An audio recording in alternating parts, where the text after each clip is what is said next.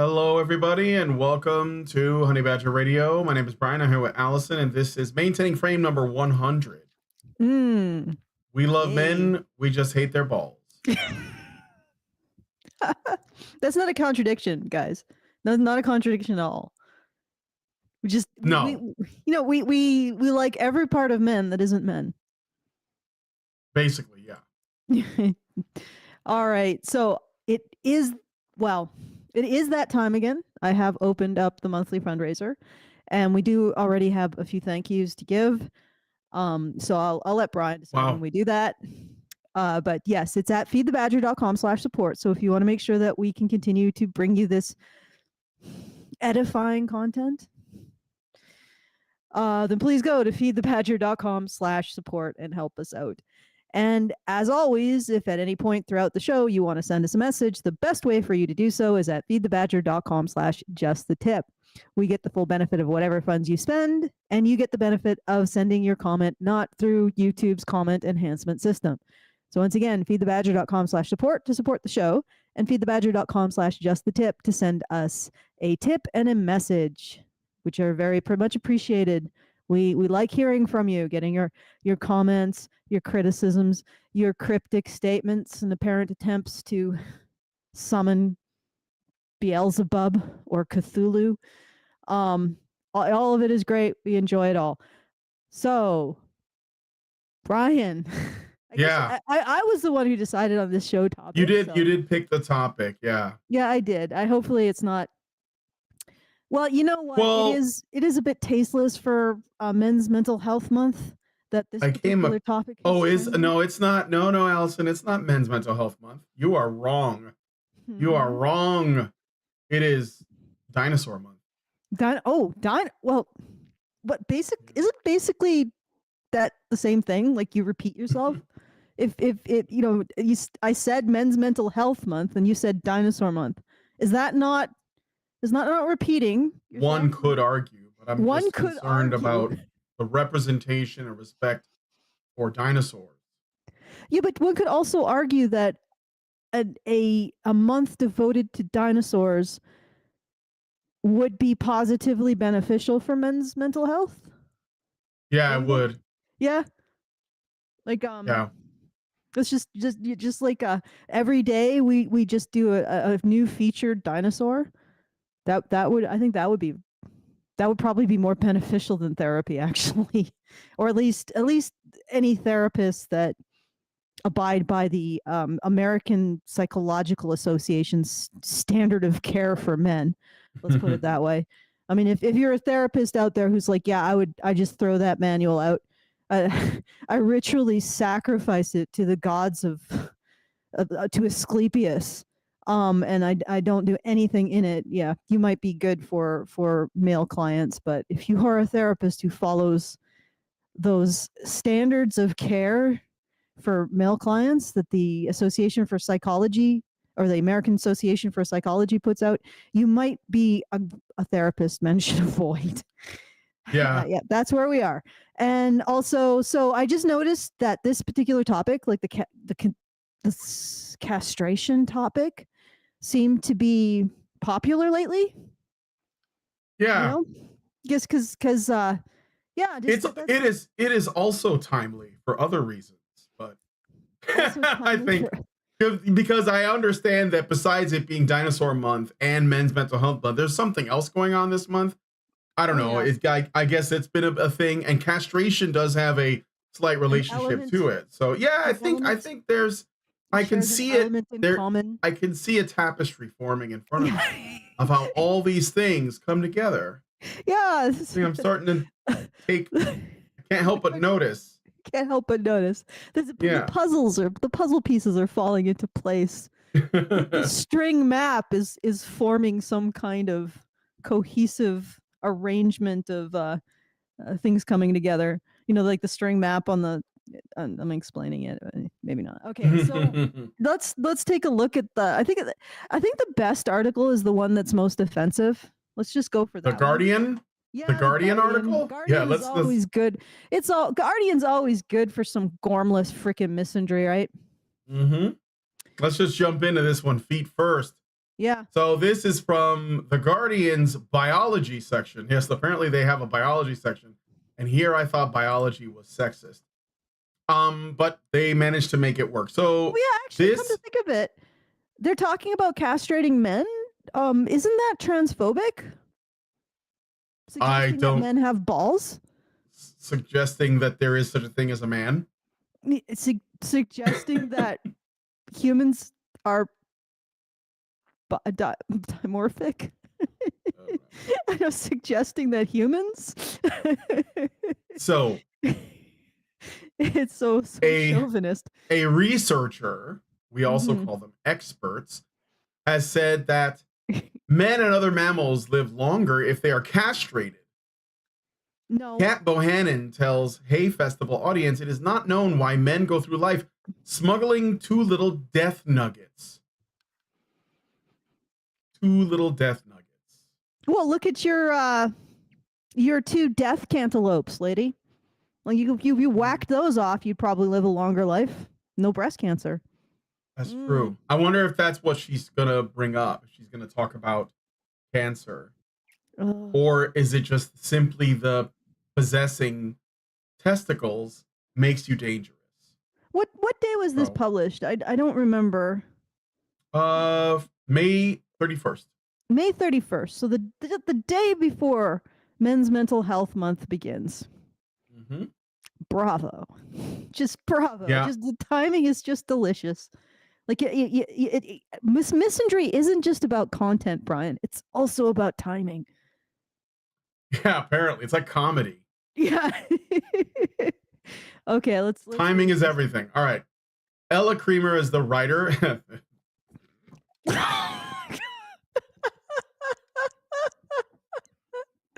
Ella All right, let me start Creamer. over. Ella Creamer. Ella Creamer. Is this a pseudonym? Like a no, that's got to be her name. There's no way this is an accident. Ella Creamer is the writer of this article.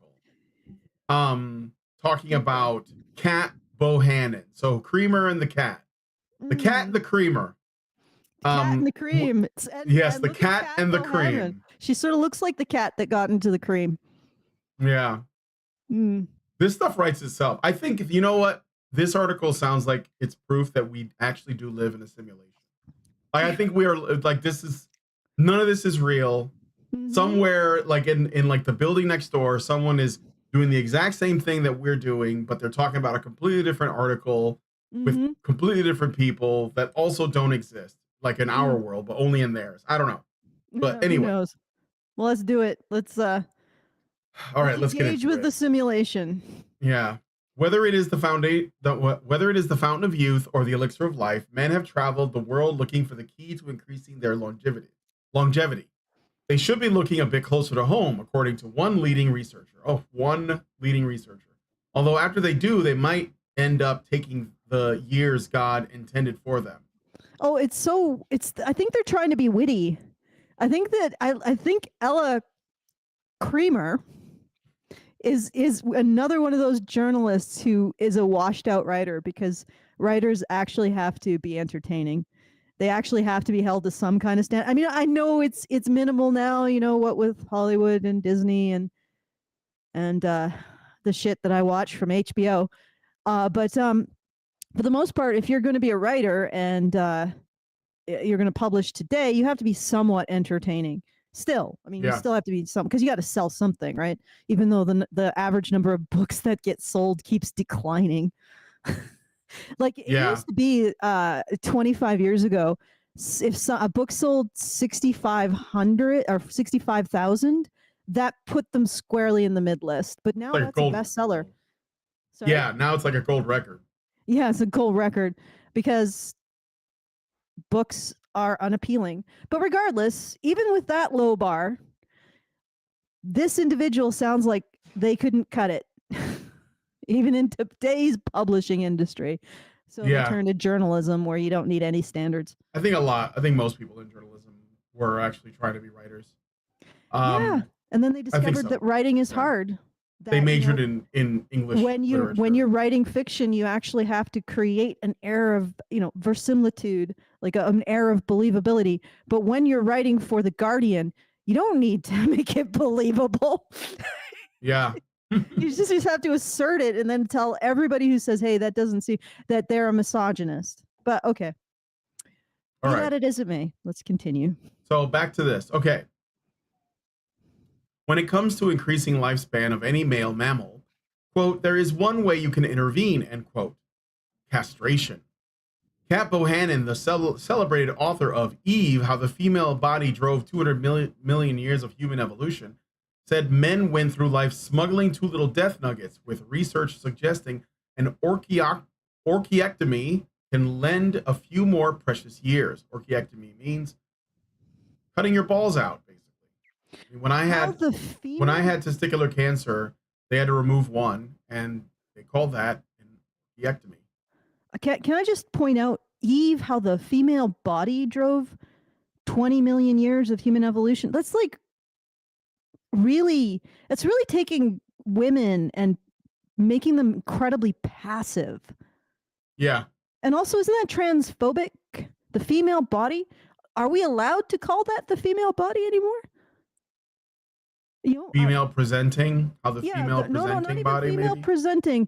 I don't even think we can call it a female body anymore. The womb owning body. The womb, the womb phenotype drove 200 million years of human evolution. Also, why are you reducing it down? Like, what this essentially means is that female mate selection drives evolution, which is what Darwin proposed. So, because why does the peacock have such an elaborate tail? Because that's what the peahen likes. Specifically, they like the vibrations of the rattling of all apparently the colors are incidental, but that's the point. Like, it's female mate choice that drives evolution. This is not new. But what's interesting is that she turns it into something passive when female mate choice is actually active. They all do it. They all just have to, they can't help showing their ass constantly. Well, yeah, I mean, again, it's not about consistency. It's just, I don't know. And I'm not sure this person's an intersectional, so I guess I give them the benefit of the doubt. I'm not going to talk about intersectionality. I'm talking about always constantly reducing women down to things that don't act. Yeah. Like, this is female mate choice, but female mate choice is an action. That's not. Yeah. That isn't reductive enough. You have to reduce women down to being acted on or simply objects in the feminist parlance. Okay, let's keep. Oh, well, maybe she's not a feminist. Maybe she's just an average. Maybe we'll see. Ball hater. I have a suspicion that she might.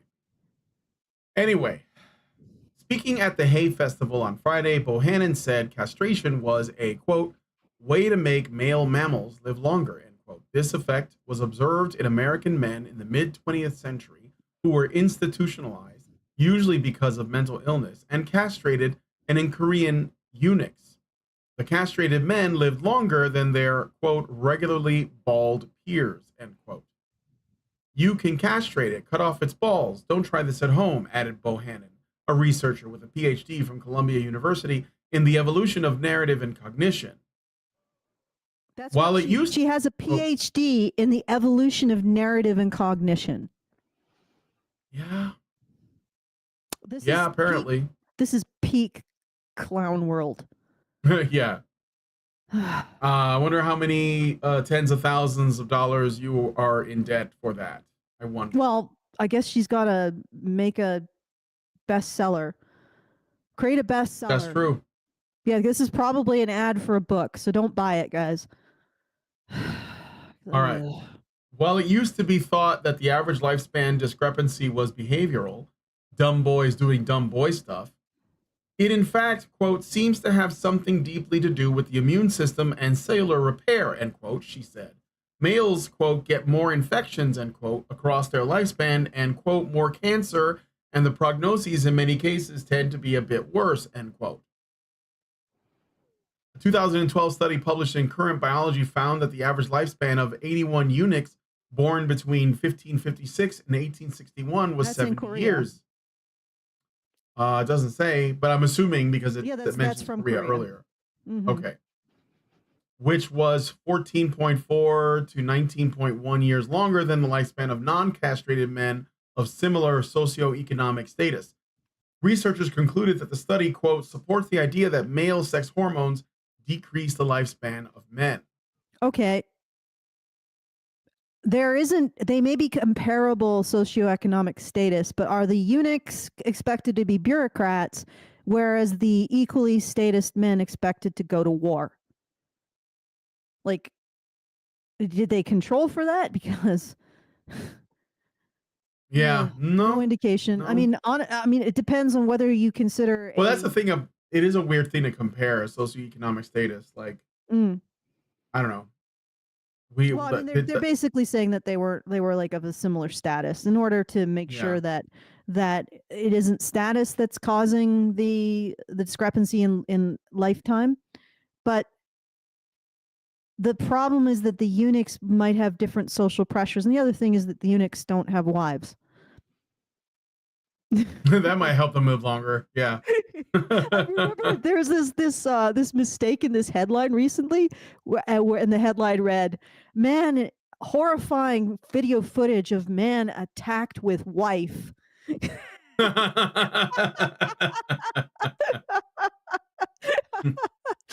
Maybe that's the problem here. Yeah, maybe that's what she's discovered. No, what we need to do is we need to do another study between trans women and MGTOW. Maybe compare the lifespan of trans women to MGTOW. There you go. Okay. All right. So why is this? Why are so many men smuggling too little death nuggets? Bohannon said. I'm afraid we really don't know. A lot of good science is being done in this space. What do you mean we don't know? What? You mean like why are men not getting castrated? What do you why are men keeping their balls? Like, is that the question? Yes, why are so many men keeping their balls? We don't really know. If I'm being charitable, she could be saying, why is it men with their testicles intact are more likely to get cancer of the testicle, more infections? Okay.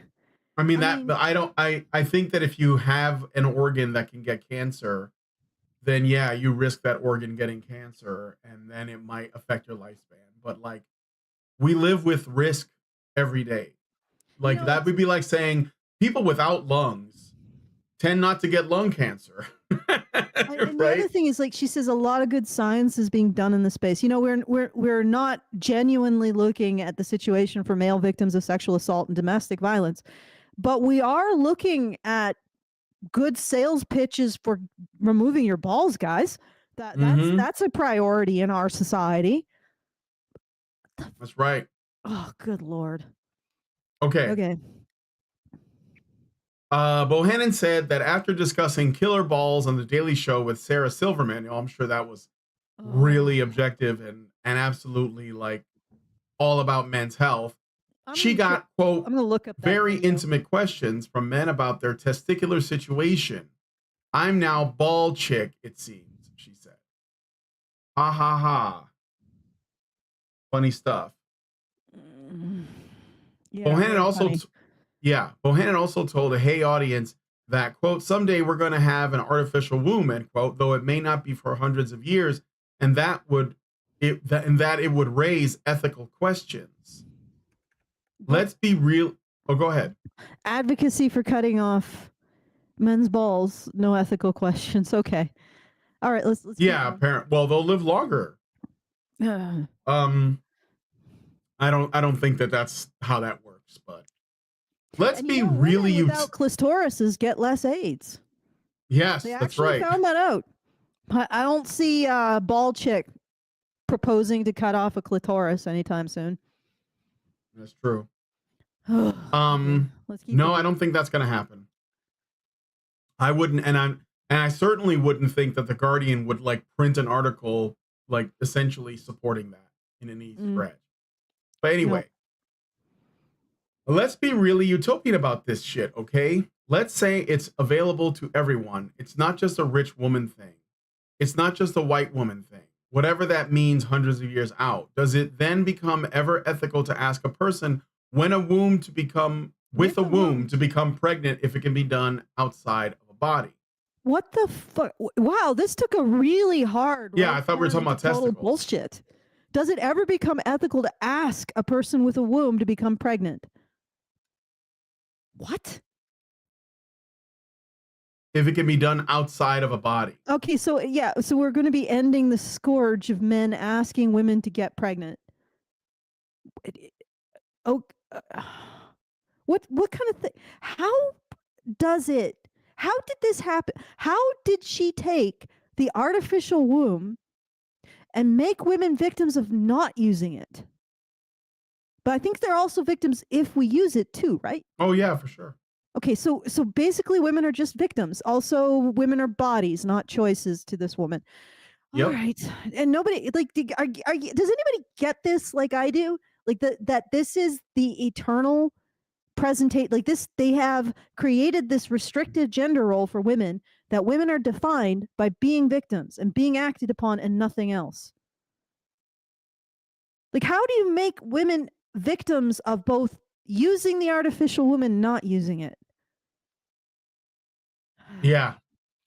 Okay, Schrodinger's victim? No, because it's always victim. Like it can't be Schrodinger's because yeah, but it doesn't matter. Well, yeah, but like it's dead in the box, and it's also not. It's also dead in the box. Yeah. It's just victim all the way down, Brian. Yeah. It's just victimhood all the way down. Okay. So the technology would take a long time to develop, she said, because, quote, it's not simply a bag in which one has a baby. It's an entire female body. Whenever a mammal is pregnant, the entire body is pregnant. There are knock-on effects throughout the system, many of which have long evolved to influence what's going on in that womb. Immunological agents crossing the placental barrier, etc. So that means that we have to know a hell of a lot more about female bodies to try and build a fake one. How did we change subjects so suddenly? I thought we were talking about testicles and castration. How did that happen? And then suddenly we're talking about wombs. You know what? If I could hazard a guess, this was a very short article, by the way. So bravo on the Guardian. If they have no other virtue, at least they wrote a really short article. But if I had to make a guess why the sudden detour, it's because she's actually expressing anxiety over being replaced by artificial wombs. So yeah, but what does that have to do with castration? There's a certain aspect of female potency that's being threatened. So she's just like, well, what can I do to make it's kind of the only thing left. I feel like it is really well. For women to like women have wombs because if they're victims of everything, but the one thing they can do is make babies, right? Yeah, but so they have a sense of potency through that reproductive function. But if I were to guess, the abrupt turn is because that was her real payload, was to express anxiety over artificial wombs, and she wants men to feel that sense of anxiety and impotence. So she's talking about castration in a positive way. So it's about Brian. It's about the nail, but it's also about pounding a nail into men's head, so that they can also understand that it's just about it's not about the nail. There wasn't even a segue. Like it was just like an ambush. Like, bam. Yeah. I was reading about testicles. I wanted to see what they were going to say. It was on the Daily Show. Sarah Silverman had a laugh about it because she delights in men's pain. And then suddenly we're talking about artificial wombs. Like they're just like, also, that's it. That's how it is. It says, Bohannon also told a Hey audience that someday we're going to have artificial wombs. Oh, so we're in this room now. Mm-hmm. Okay. It's just like, yep, that's so men should probably get castrated because they'll live longer. Also, artificial wombs make me nervous. Yes. Film at 11. Wow, this is gonna be okay. Well, that was a lot shorter than I thought it would be. Yeah, but we have a couple of other okay, sure. Let's queue up the next one. So which one do you want to look at next? We got this law and crime. Controversial law to surgically castrate child sex offenders in Louisiana could soon be reality. or males live longer if they are castrated, claims researcher. I think this one's more related. Okay, let's see the males, because I think it's the same person, right? I don't know how many Cat Bohannons in the world. I mean, it would be hilarious if No, there were I don't several. know. It might there probably are a number of them. So let's take a look at And they this. all But you want to do the self-castrate. thank yous before we Oh, get yeah, into that's right. this? All right. Just yeah, that's a good idea. Okay, so let me just whenever I need it to go quickly, the blog goes slowly. All right, so big thank you to Richard Bier for $500. Thank you. Thank you, Richard. Should I play a sound or Yeah, are play a people gonna sound. complain? Okay. They complain about everything, so Thank you. Come again. They do. I mean, literally, they complain that we exist. It's like I Yes. have been a watcher of yours for 10 years, and you still exist. Why? Stop it! You suck. I tune in every day, and you suck. And I give you, I give you $25. You guys suck. Here, take my money. Try to suck less. Oh, we get the best viewers. The best. Can you do the Trump voice? The best. They're tremendous. They're like a dog. That's what they tell me. Okay. Sorry, I'm not wasn't in the right headspace. Okay. No, that was pretty good as far as I can tell. I'm not a Trump connoisseur, so there. Okay, so Great Indoors gives us $250. Thank you, Great Indoors. I believe Thank you. Super Chow, too. You know what? There were a couple of Super Chows that I forgot to look at. Oh, okay. That were from they were like between yesterday's show and today's show.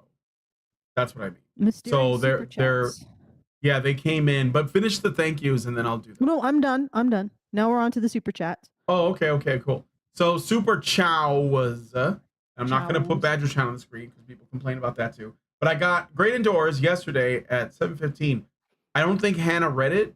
I'm going to read it because I don't see it done. So hopefully I'm not being redundant, but whatever. Gave us $10 and says, talking about political climate change, we just had our vote for the European Parliament here in the Netherlands, and the prediction is more seats for PVV, Geert Wilders. I'm not sure who that is. In other words, a modest step away from the insane left. Also, Hannah, have you realized yet that this woman owned not one such mansion, but about 9 similar ones in total? Last thing, I know a band from Dayton, Ohio called Guided by Voices. They're pretty neat. Thank you, Great Indoors. Just thought I would read that. I don't have the context, but I'm sure Hannah appreciates the message. Then Meredith G gives us $5 and says, HBR Talk 312, feminism is a first world problem. There are people who have no idea of how difficult life can be. It's also a form of collective narcissism. That's for sure. And then actually, before we continue, shout out to Sleepy Aussie. I don't know if we did that. He put the remaining $70 on last month's fundraiser. Oh yeah, that's right. Yeah, I saw that. So he says, I saw the fundraiser was $70 short, but I missed it, so hope this helps. Look forward to watching this maintaining frame when I can. So thank you to Sleepy Aussie for that as well. Very much appreciated. Then we got one more. Go ahead. It was a bit of an odd fundraiser because there was a problem taking support a bit for the last day. So yeah. Oh, I see. And we got one more, so let's go and do that one. Yeah, so I got one last Super Chow from Hello for $5, and they say celebratory Super Chow for maintaining frame 100. We're in the triple digits now. Yay! Woohoo. Thank you for that. Okay, now let's find out who this is. Is this the same person? Is this Cat Bohannon or is this a new Cat Bohannon? Yeah, ball collector. Okay. So males can live. Who's the writer? I don't know.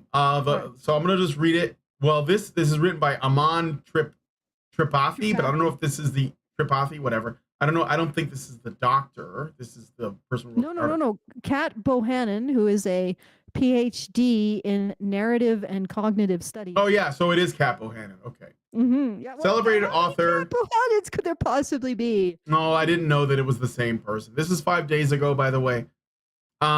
Celebrated author Kat Bohannon, dubbed Ball Chick after her recent appearance on The Daily Show, made a startling revelation at the Hay Festival on Friday. Maybe we should look up the video clip of Kat Bohannon talking. I've been trying to. I mean, yeah, maybe it's on Twitter. Like YouTube isn't great about that, but I'll just read on. Okay. All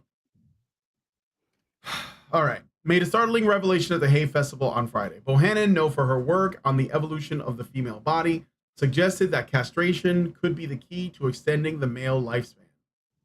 Citing studies of institutionalized men in the mid 20th century and Korean eunuchs, Bohannon noted that castrated men live significantly longer than their regularly bald peers. While the reasons behind this phenomenon are still being researched, Bohannon believes it's linked to the immune system and cellular repair, with males being more susceptible to infections and cancer throughout their lives.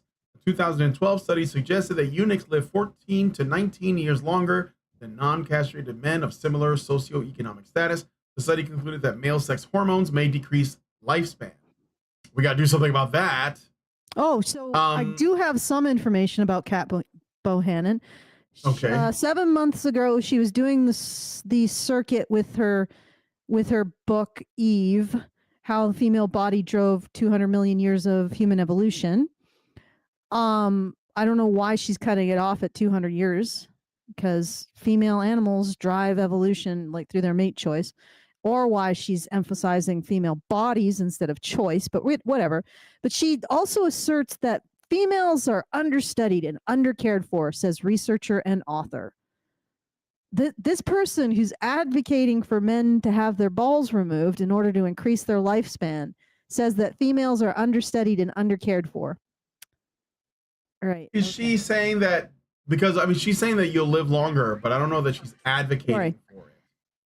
Yeah. Well, why bring it up unless you are indeed engaging in this kind of you're making an offensive statement. I think that what she's actually doing is her book tanked. I'll take a look and find out what the kind of sales figures we had on Eve, the book. Who the hell wants to read that? Yeah, but I'm gonna look at right. No. Like all you're doing is saying that female mate selection drove history, except I'm just going to focus on the body for whatever reason, because I'm just going to remove women's agency entirely. Like I don't want to read it. I guess there's some women who want to read it, but I think what she's doing is she didn't get enough attention for that. So now she's going after balls because she thinks she'll get more attention. That might be. Yeah. By probably angering some people. Kind of deep feminist statement like that she's trying to make, that, oh yeah, men care more about their balls than they do about women or women's health or some crap like that. Stay tuned on that. I mean, that's just my prediction. I don't know if it's true. All right. Well, let's look. This does appear to be a better article. Yeah, like it's a little bit more. It's not as abrupt as the Guardian one. So, okay, Bohannon, as per the Guardian, also touched upon the possibility of artificial wombs, suggesting that while the technology is... Wait, did I skip something? Despite these findings, I may have jumped ahead on it. Bohannon cautioned against DIY orchiectomies, urging men to consult professionals if they have concerns about their testicular situation. Yes? What? Women need more care and consideration in health. Men need to have their balls cut. Caution against DIY. Do it yourself, right? Yeah, no, you do it. Get a doctor to do it. Of course, like no, this is kind of stupid. Like no man is like, well, I mean, I do want to live like 14, 19 years longer on average. So can somebody get me can somebody get me a pair of scissors, the safety ones though? Like nobody. This is so dumb. Like nobody does this. Okay. Actually, I did have a woman on Twitter who confessed that men come to her and say, "Could you castrate me?" Because she's like some kind of dom, and she's like, "I tell them no." I'm like, "Well, how very benevolent of you." I had a neighbor that was a dominatrix, and she had dominatrix friends. Way back when I was in my 20s, and I lived in this kind of, Bohemian? Really. Yeah, it was the neighborhood was close to this other neighborhood called Boys Town, which is basically like the gay area. But like this is where all the clubs were at, and it was like a lot of bars there, and my neighbor was these two dominatrix roommates, and they had a party, and she would tell me stories about the kind of shit that guys would ask her to do. And I think that she was traumatized by the stuff that she had to do. And I was like, yeah, I don't think I can. I think I'm gonna go. Like I didn't want to be like I don't know. I mean, I hope that she's okay. You know, like she seems like a nice girl, but I don't know how you. The money must be really good. That's all I can say because these are usually like men with a lot of money. Oh no, And we should. yeah. I'm sorry, I'm just looking at this article. Mhm. Yeah, once again, we have this really hard left into questions about artificial wombs that just comes out of nowhere. Yeah. Like, Okay. Well, I should finish the article. Let me do that. Okay. Because so she talks about the artificial. I'm gonna skip that part because we read that already. Ethical and practical issues. Although intriguing, Bohannon's claims raise many ethical issues and practical considerations as well. Castration is a serious, final operation with pronounced consequences for the body and psyche. Yes, it is.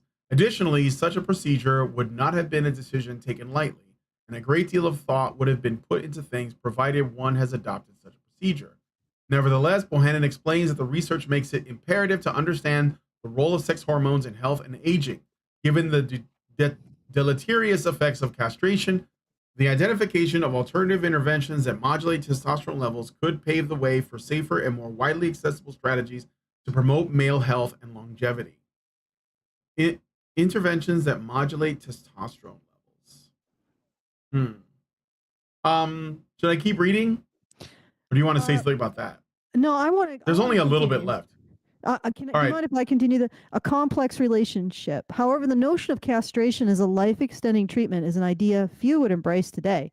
But Bohannon's observations underline the ongoing puzzle of how sex hormones influence health and longevity in complex ways. As research in the field continues, we may discover new methods of improving male health without resorting to drastic measures.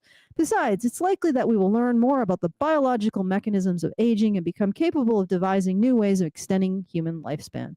Furthermore, the prospect of artificial wombs opens up a world of possibilities for reproductive technology. What? Wait, what?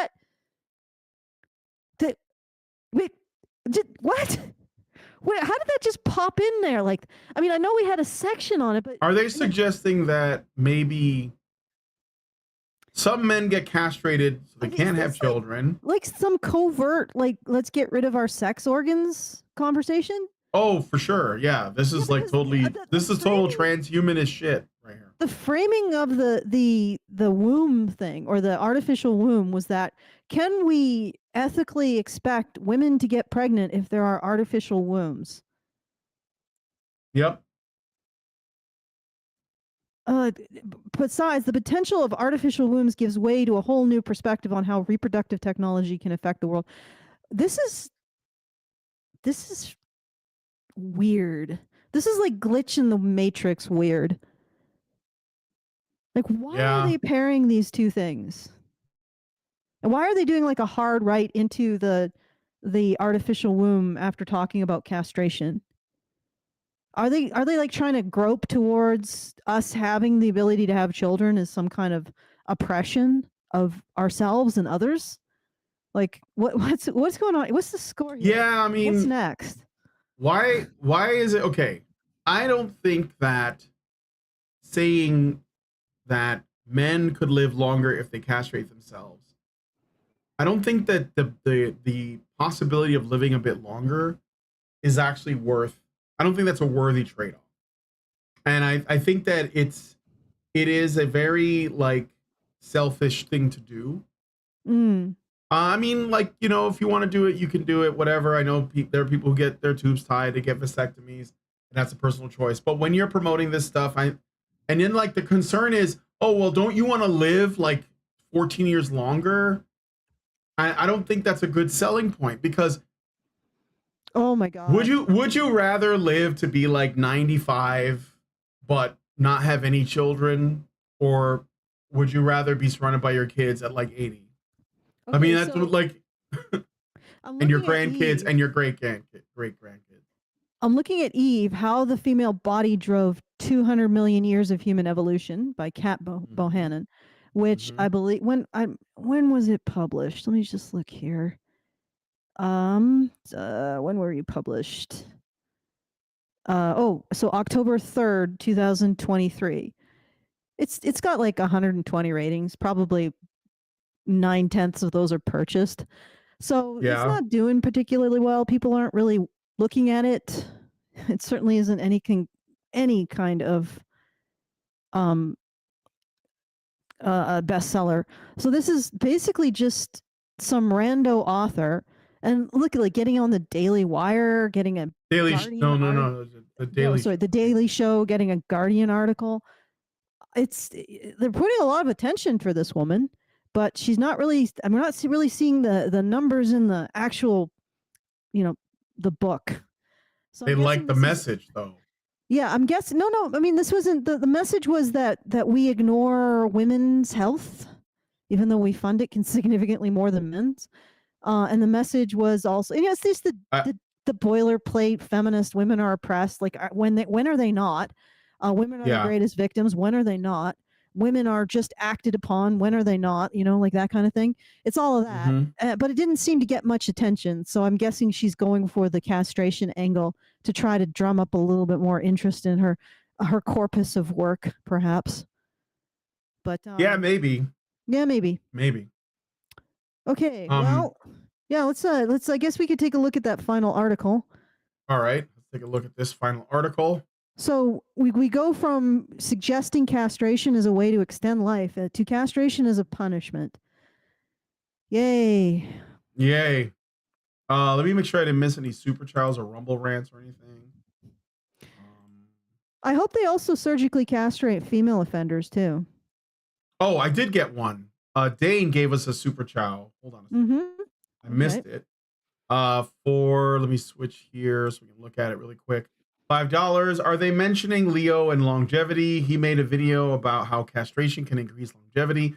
Leo connected that testosterone leads to kidneys degradation over time. It also increases high blood pressure. Bohannon may have plagiarized Leo's video. His video is titled The Most Powerful Longevity Hack You've Never Heard of. Leo was not a feminist, just a really smart dude that loved researching health. All right. Well, interesting to know. Allison, somebody's at my door. I gotta step away for a moment. Should I keep talking? Or yeah, just like here, I'll put the article on the screen. Sure. I'm gonna turn off my camera. I'll be right back. I'm sorry. That's okay. All right. So controversial law to surgically castrate child sex offenders in Louisiana. So it could soon be a reality. So we've been discussing how castration could possibly extend the life of men. And now we're going to be discussing castration as a actual punishment for, men who are convicted of presumably sex crimes against children. Although, as we know from the Innocence Project, a significant number of them are probably innocent. So, yay, we're looking at how to basically turn this conviction into a life sentence for them. All right, so unfortunately, I cannot scroll down, but I will read it. A proposed bill in Louisiana intended to surgically castrate people age 17 and older who are convicted of aggravated assault of a child under 13 years old could soon become a law. People. Well, let's see. Oh, it would apply to both men and women. Oh, that's different. The bill is known as Senate Bill 371, and it's sponsored by the Louisiana Senator Regina Barrow, a Democrat. It was passed in the state's House of Representatives roughly a week ago, 74 to 24, and with a few abstentions. The Senate passed the bill 29-9, and now it will be up to Republican Governor Jeff Landry to sign it or cast it aside with a veto. It would apply to both men and women. In Louisiana, chemical castration for a specific set of sexual crimes has been legal since 2008. But under the terms of SB 371, it would empower state judges to sentence certain convicted sex crime defendants to undergo surgical castration or spend another 3 to 5 years in prison. Whereas chemical castration involves a patient taking drugs, injections, or subcutaneous implants to reduce the impact of their hormone levels while leaving sexual organs intact, surgical castration is a more severe process. It includes removing the testicles or ovaries to stop the production of hormones. Per the bill, the procedure would be conducted by a licensed health professional and must occur no less than 1 week before the convicted person's scheduled release from prison. Proposed law further provides that if an offender fails to appear or refuses to undergo the procedure, the offender may be charged with failure to comply with the court order and sentenced to imprisonment for between 3 and 5 years without benefit of parole, probation, or suspension of sentence, the law states. The Louisiana legislation is not clear on whether a person who chooses to serve the extra time is allowed to go free without castration of any kind. Well, I think they better clarify that. The bill's sponsor did not return a request for comment into Law and Crime on Thursday, nor did the governor. The legislation stipulates that the procedure will only be undertaken where medically appropriate and adds that it is contingent upon determination by a court-appointed medical expert that the defendant is appropriate candidate for surgery, which determination may be made within 60 days of imposition of sentence. When the bill came up in the House, the Louisiana Illuminator reported that it was only passed after legislators agree it would be limited to offenders 17 and up. Representative Delisha Boyd, a Democrat who championed the legislation in that state house, said that the law was meant to protect young people from sexual predators. We have to stand and fight for the children, she said. To emphasize her point, Boyd pointed to a case involving a registered sex offender, Christopher Francis, a 51-year-old Baton Rouge man, who was arrested earlier this month for the alleged rape of a 12-year-old girl in the summer of 2023. Alleged rape. Okay. The advocate reported on May 10th that the police were not tipped off about the alleged rape until August 2023, and it was not until April of this year that an arrest warrant was issued. Prosecutors said that long before Francis allegedly raped the 12-year-old, he committed an aggravated rape against a 5-year-old in 2007. That charge, however, was downgraded to indecent behavior with a juvenile. It's unclear why, and the prosecutors did not immediately return a request for comment. Francis was arrested again in 2022 after he failed to register as a sex offender. He's now facing 2 counts of first-degree rape and indecent behavior with juveniles. Proponents of SB 371 say it will stop or greatly reduce sexual predation on children. Its opponents are not so sure. In 1992, when a Texas man requested surgical castration and then later changed his mind following the rape of a 13-year-old girl, it renewed fierce public debate over one of the world's oldest forms of punishment. A professor at Johns Hopkins School of Medicine told the Washington Post then that there was a high degree of folklore about what castration does and doesn't do, and that castration as a treatment option for sex offenders has been popularized based on most people's false understanding of how castration works. Part of the issue of the procedure is timing. For example, if a man is castrated long after he's entered puberty, he can still get an erection. All that changes a diminished sex drive, since with surgical castrations, only his testicles are now missing. Whoa. So are they saying we should go further than that? I don't know. Testosterone is still produced in the adrenal glands, although only a small amount. Surgical castration in a woman would involve the removal of her ovaries, since that is where most of the female body's estrogen is produced. But like men, some estrogen shows up in the adrenal glands. A special article published for the Journal of the American Academy of Psychiatry and Law in 2005 found that while surgical castration indicted lower rates of sexual recidivism, in its conclusion, the authors noted that it wasn't definitive. I'm just pointing out that sexual offenders have low rates of recidivism in the first place. So, yeah. I mean, and I'm not sure, they got to clarify whether or not this means that the person is not going to end up in jail for another 3 to 5 years, or if every 3 to 5 years they're going to ask, well, do you want your balls cut off or your ovaries chopped out? If not, then you're staying in jail for another 3 to 5 years. And then the other thing is that, of course, it's going to be applied unevenly. It's going to hit men more. Well, first of all, because we don't really have the political will to go after female sexual offenders against children. If we did, we'd clean up the damn jails where it seems like an epidemic. But regardless, I don't know. I mean, this seems a very permanent thing for something that the problem is that it's irreversible. So if it turns out the guy is innocent, then damage is done. Yeah. And that's where the real risk is at.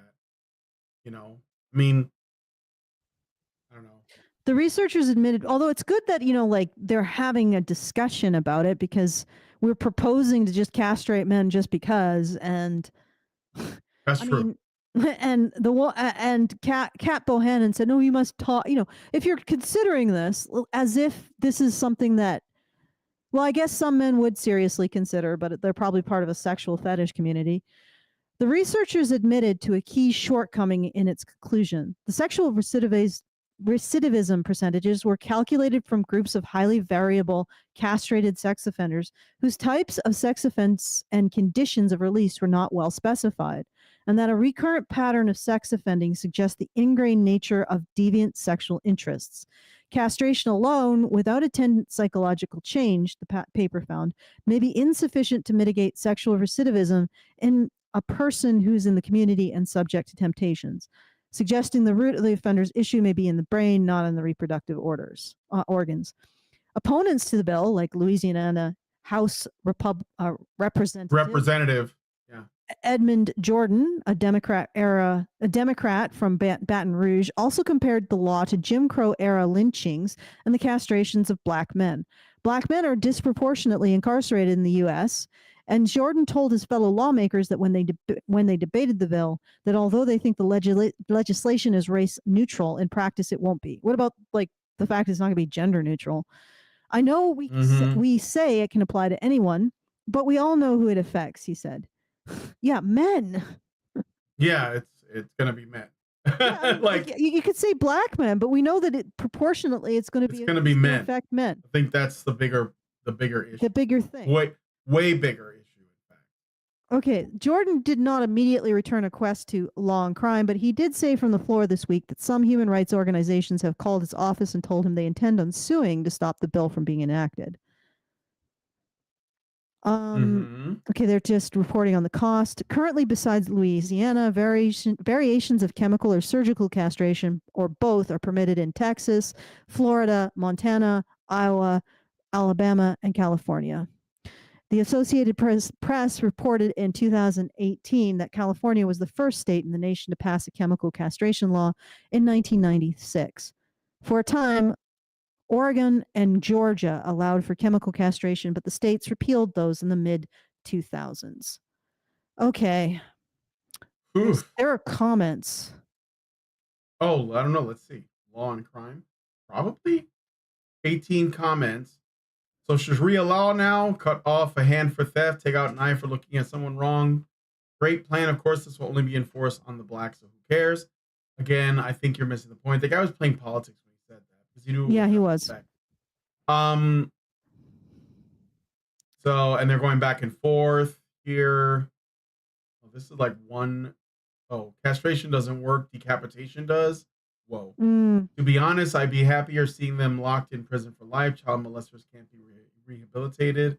No, it's a lot of knee jerk. And then somebody's talking about killing domestic violence or men who beat their wives because, of course, women don't engage in domestic violence. Yeah. Like this is, it's just interesting, the juxtaposition. So one is castration for the benefit of men, and the other is castration to punish men. Interesting. Yeah, that is an interesting way to look at it. Yeah. It's very, very interesting. Well, again, all of this is based in there is the punishment part is based in a false premise on who the offenders are, how often, without looking at any of the data. So if we knew that this was something that women engaged in higher numbers than people are willing to face, then it might impact the way they choose to dole out punishment. But because it's just on men, it makes it a lot easier for them. Yep, it's something so permanent. So it's basically a life sentence without killing the person, because it's a permanent alteration of their body. So if you find 10 years down the road, the Innocence Project is like, oh, this guy wasn't actually responsible. Oops. Yep. So that would be my concern. But if you express concerns like that, then you're whatever. Obviously a monster. I've been obviously a monster for a long time. Okay, we got another Super Chow. I do. Yeah. I'm pretty You want to read it? with just doing a really light show today. Yeah, it's fine. Yeah. I'm doing a patron show, and we're going to be talking about the Acolyte. I didn't actually do a show. We didn't do a show on my channel discussing story and stuff. Yeah. Yeah, I actually finished House of the Dragon. Okay. Oh boy, but I won't bring it up. I just I've actually decided that Westeros, all Westeros, which is basically the place where the House of the Dragon and Game of Thrones is set. Yeah. Westeros, the land of Westeros. Yeah, it's essentially Seinfeld with dragons and rape. That's it's a story about nothing. But it has dragons and rape in it. With nothing with dragons and rape. A story about very, very unlikable people who are sort of stupid. Oh yeah. And bickering, and it could also be like It's Always Sunny. Aren't those also unlikable people? Well, unlikable people that are basically their own worst enemies, and they just are mean-spirited, and they bicker with each other. They're petty. And shallow. Rape and dragons. Okay. Seinfeld with rape and dragons. All right. So I want to remind everyone again, feedthebadger.com/support to support the show. And at any time after the show, if you want to send us a message, you can do so at feedthebadger.com/justthetip. And we will endeavor to read those messages on the very next show. That is, related topic. Yeah. Okay. And thanks again to everybody who supported the fundraiser so far. That would be Richard Bier and the Great Indoors. And thank you to all the people who sent in your comments. And back to you, Brian, unless you all right. I did have a Super Chow. Oh, okay. All right. So cool. Dane gives us $5 and says, this is just pure misandry. You can chemically castrate yourself via using implants, steroids, or taking hormone blockers. The castration bill is stupid because you can take steroids and SARMs to regain libido. In fact, their libido will be even more intense. This won't stop rapists. It might make them rape even more, or they'll move to using object rape. Yeah. Yeah. Well, I don't think that rape is about sexual pleasure, though. I think there is. Yeah, go ahead. There's an element, I think that they're acting out something that they have experienced, because there's that kind of repetition of abuse. So it's a combination. I think it's a combination of factors: low impulse control, having been abused. I know that they say there's an element of male rapists target young women generally, and female rapists target young men. So there's an evolutionary element to it. Or they could be targeting them because they're vulnerable, or that they could be targeting them because that was when they themselves were abused. But, honestly, I think you'd do a lot more if we just got rid of feminist infested, ideologically based science, or not even science, like pseudoscience, into sexual assault, and started probably from the ground up studying the issue with the ideologues permanently shoved out from being any part of it. And then we could probably start developing interventions that effectively reduce and identifying. Apparently the hostile sexism, particularly in women, is a very strong marker for whether or not they'll engage in sexual assault. So let's start identifying the people who are most likely to engage in sexual assault and start giving them therapies that are effective. Might be cognitive behavioral therapies. Of course, there is a certain subset that, they're just, their impulse control is not there, and they've been patterned for this particular behavior. So there's not much to work with, but that's probably a way that we could reduce this. We could start realistic interventions into these things instead of constantly using them as a way to make all men feel guilty, thus be able to extort money and attention from them. But that's if you actually care about reducing victims. Yeah, and protecting men. You want to solve the problem Yeah, if you want to. That's not what we're here to do. No, but that's not what we're here to do. All right. Exactly. Okay, so once again, thank you to everybody who supported. Feedthebadger.com/support to join our various generous supporters. Feedthebadger.com/justthetip to send us a comment. And back to you, Brian. All right. Well, if you guys like this video, please hit like, subscribe if you're not already subscribed, hit the bell for notifications. Leave us a comment. Let us know what you guys think about what we discussed on the show today. There are links to all of the things in the description. You can check it out yourself. And please, please, please share this video because sharing is caring. Thank you so much for coming on today's episode of Maintaining Frame number 100. And we'll talk to you all in the next one. Are machines, dude. Okay, they are literal machines. They are talking point machines. They are impossible to fucking deal with, especially if you have like a couple dudes who have good memory on top of that too. Holy shit, you're fucked.